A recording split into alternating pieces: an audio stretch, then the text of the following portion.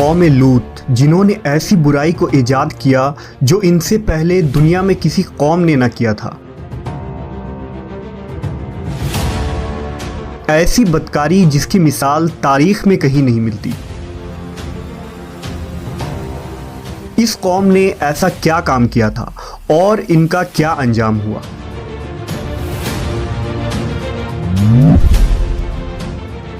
حضرت لوط علیہ السلام اللہ کے ایک برگزیدہ نبی تھے۔ آپ کے والد کا نام ہاران تھا جو تاریخ کے بیٹے تھے۔ آپ کی پیدائش عراق کے قدیم شہر اور میں ہوئی تھی۔ اس شہر میں ابراہیم علیہ السلام کا مسکن تھا۔ دراصل لوط علیہ السلام کے والد ہاران حضرت ابراہیم کے سگے بھائی تھے، یعنی حضرت لوط علیہ السلام حضرت ابراہیم کے بھتیجے تھے۔ چونکہ حضرت لوط علیہ السلام کے والد ان کے بچپن میں ہی انتقال کر چکے تھے، لہذا حضرت لوط کو حضرت ابراہیم نے بیٹا بنا کر پالا تھا۔ آپ حضرت ابراہیم پر سب سے پہلے ایمان لانے والوں میں شامل ہیں۔ آپ حضرت ابراہیم کے زمانے میں اہل سدوم کی رہنمائی کے لیے نبوت کے منصب پر فائز ہوئے۔ حضرت لوط کے بہت سارے معجزات ہیں۔ آپ جس وقت بارش کے لیے دعا کرتے تھے تو آسمان بادلوں سے بھر جاتا اور خوب بارش ہوتی تھی۔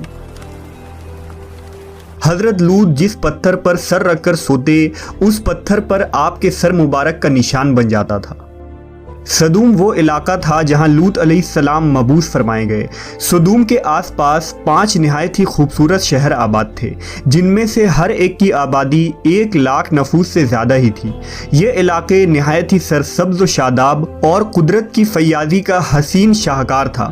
یہاں باغات کی کثرت تھی، لہلہاتی کھیتیاں یہاں کی ضروریات سے کہیں زیادہ تھی۔ اردن، شام اور اسرائیل کے درمیان بسا ہوا یہ علاقہ نہایت ہی زرخیز تھا۔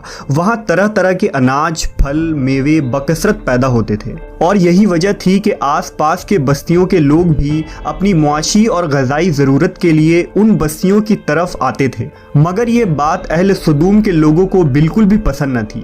ان کے خیال میں ان کی بستیوں میں پیدا ہونے والے پھلوں، اناجوں اور سبزیوں پر صرف ان کا ہی حق تھا۔ وہ نہیں چاہتے تھے کہ دوسری بستیوں کے لوگ ان کے علاقے میں آئیں۔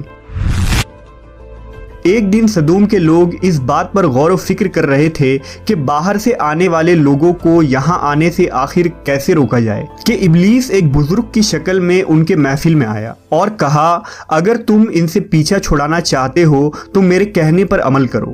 اس اجنبی بزرگ کی بات لوگوں نے بہت توجہ سے سنی۔ ابلیس نے کہا، میں کل بتاؤں گا۔ دوسرے دن ابلیس ایک خوبصورت جوان لڑکے کی بھیس میں آیا اور انہیں اپنی عورتوں کے بجائے مردوں کے ساتھ فعل بد کرنا سکھایا۔ ابلیس نے کہا کہ اگر تم ان بستیوں کے